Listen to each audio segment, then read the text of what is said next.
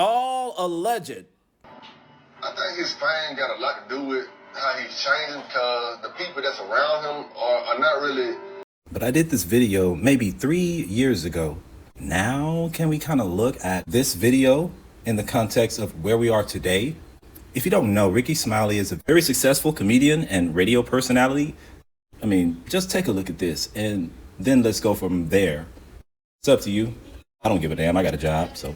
We need to talk about Rickey and Brandon Smiley. I got drama with my oldest son, Brandon.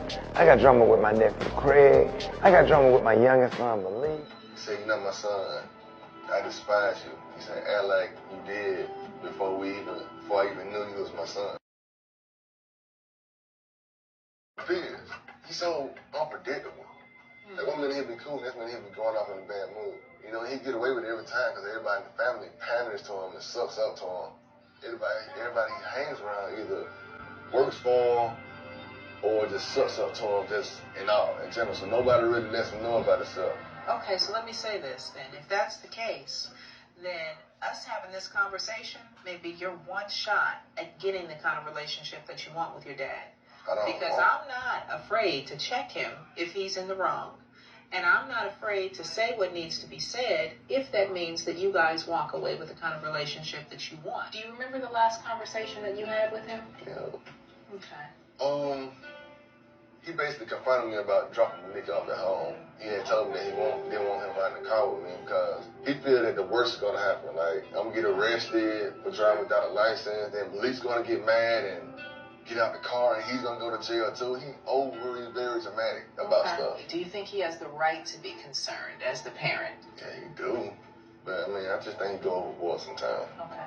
So what was the overboard part of it for you? Yeah, like, if he would have punched me in the throat or slammed me on the ground, like, that would have been fine. No, that wouldn't have been fine. No, I would rather him do that, you know what I'm saying, than embarrass me in front of my whole family. Is it possible that he knew how to get to you? Maybe he knew that putting his hands on you wouldn't have given you the kind of punishment that he was trying to get. Yeah, is it possible that that's what he was trying to do? I don't know. If it was, then he's wrong. If you're mad enough to say something like that over something so little and petty, then that means you've been wanting to say that for a while. So you think that's how he really feels? That he doesn't want you to be his son? I ain't talked to him since. He didn't even try to reach out to me. So him not apologizing says what to you? He don't care. I think his fame got a lot to do with how he's changing because the people that's around him are not really telling him what he needs to hear. I'm done trying to please this man. I'm trying to please him, man, since I was 15 years old. Like, he always been disappointed, man. I'm tired of it. The more that I hear this, what I hear is a child who has been wounded in their relationship with their parent, where the child... When me and my dad talk one-on-one, sometimes it don't really work out. I want my dad to be here because spirit is good me here. Like what your experience in parenting him has been when there is this kind of, there is no compromise, it's very no nonsense. How has he responded to that growing up? Well, I don't know about that. It's just right and wrong. Okay. The compromise is giving him another chance after he do wrong. And then another chance. And then another chance. At what point does it just become all of this stuff is just wrong? Gotcha. When he know what he's supposed to do, I talk to him all the time. What When about he's not doing what he's supposed to do, I don't hear from him. Even when I'm doing right, we don't talk sometimes. It's just how it is. He busy. He got his own stuff going on. I got my own stuff going on. And we just do it. I mean, you can talk to me anytime. I text you sometimes. You don't text me. But you text me last week and you asked me for $40. Nah, I ain't talking about that. I asked you how you been a couple of times. You ain't text me. I'm not tripping about it. I really don't care. I'm not tripping about it. That don't really affect me. The text message and show you the text message. So let me ask you. Hold on. You guys are fighting about text.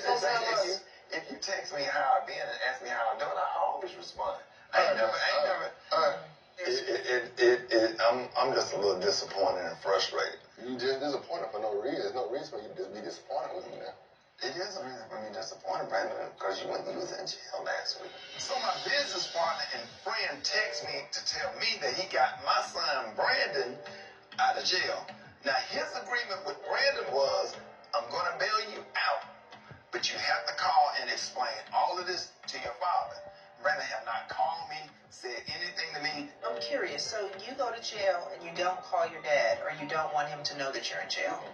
Why is that? Because he told me I go to jail on my own. And I can respect that. I don't get grown men out of jail. Go to jail, stand your ass in there. Period. Point blank. When my connection got you out of jail, he said, I'm going to get you out of jail. But I know him too. So, no. That's my connection. I know him too. So. Okay, let me say this. Try your best to just stay on that thing. You're not talk about what happened 10 years ago, 5 years ago, but can you just talk about that issue? And I think that will help you guys a lot as you go forward. I can agree to that. That makes sense. But Rickey, let me ask you, do you regret saying that you disowned him? Absolutely. Can you tell him that? I totally regret it. I was in the heat of an argument, and I said some things that I should not have said, and I apologize. I don't accept this apology for real, because I don't really think it was genuine. You know, it was followed with an excuse. And real apologies are just apologies. It's not apologies with a but and. The reason I did it was because I really think we're going to really be in a place where we used to be.